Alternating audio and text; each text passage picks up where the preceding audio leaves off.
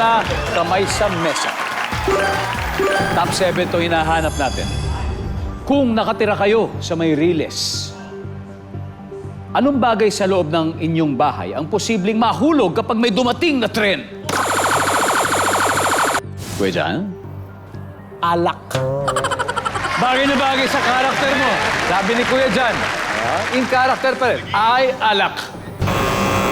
Dilan, imagine nakatira kayo sa may Riles. Anong bagay na nasa loob ng inyong bahay ang posibleng mahulog kapag may dumaan na tren? Tut, tut. Baso.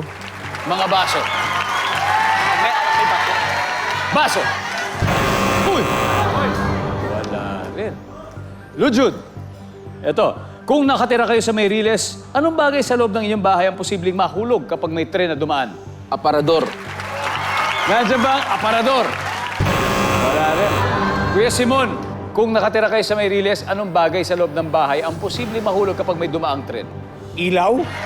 Bumbilya, may ilaw, mga ilaw, o mga lamp. Nandiyan ba ang ilaw? Wala rin. Kung nakatira kayo sa may Riles, anong bagay sa loob ng inyong bahay ang posibleng mahulog kapag may tren na dumaan? Kuya Ton, yes. Ano kaya? Yung picture frame. Nasa pader yun eh. Mahuhulog yun. Picture frame. Paso. Miss Rio, pwede pa. Kung nakatira kayo sa Riles, anong bagay sa loob ng inyong bahay ang posibleng mahulog kapag may dumaang tren? Tita Rio? Yung mga santo, Santo. Nandyan ba ang mga santo? Oo. Pero mas mataas ang picture frame. Kuya Ton, pass or play? We're gonna play, of course. Play. Okay, let's go play. Let's go play. Tara kayo dyan. Paul. Oh, kung nakatira kayo sa Riles, so imagine, anong bagay na nasa loob ng bahay ang pwede mahulog kapag may dumaan na tren? Vase. Vase. Vase. Mga bahay. Display sa bahay ng vase. Nandiyan ba ang vase? Diyan. Ano kaya to? Kung nakatira kayo sa may Riles, bagay na nasa loob ng bahay na posibleng mahulog pag may dumaang tren. Balde. Balde. Balde. Balde. May laman. Balde. Okay. Ito, tignan natin kung makukuha. Nakatira ka sa loob, sa may Riles sa tabi, posible mahulog pag may dumaang tren. Ding-ding. Yun, yun! Oh, maalog yun. Bumagsak. Okay, nandyan ba ang ding-ding? Okay, chance nyo na to. Kuya Simon, nakatira kayo sa may Riles, bagay sa loob ng bahay na pwede mahulog kapag may dumaang tren. Yung mga pinggan. Pinggan. Dilan, ano pa? Mga damit. Damit? Ketchup? Mga appliances. Appliances. Ano klase? In general. Tita Rio, again nakatira kayo sa may Riles, ano kayang bagay sa loob ng bahay ang pwede mahulog pag may dumaang tren?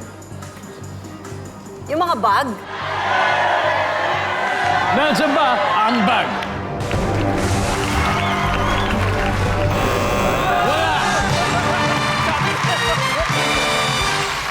Lalo pa pong lumobo ang laman ng Team Cutter, 190-0.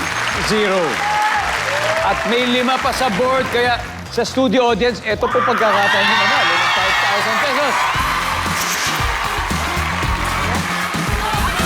Okay. Hello, what's your name? Lia po. Hi, Lia. Taga saan ka, Lia? Taga-Tondo.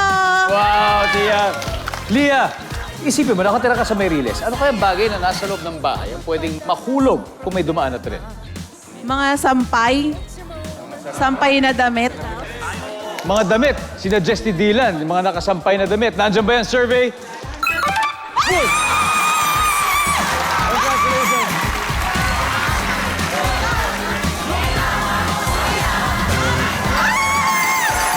May one last question. Nanonood ka ba ng Master Tattoo? Opo! Every day! Thank you sa iyo. Maraming salamat. Thank you po! Okay, isa pa. Oh, okay ka. Ano pangalan mo, Brad?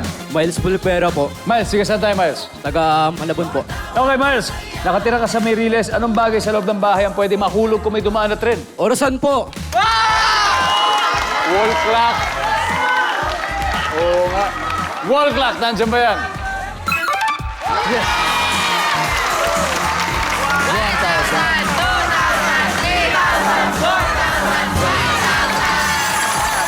Miles, Salamat po. Ayos pare. Okay. Okay, tignan natin. Number 7. Salamin. Number 6. TV. And finally, number 5. Sa ilang sandali lang, malalaman na natin kung aling team ang tunay na master at kung aling team ang makakat. Dito lang sa Family Feud.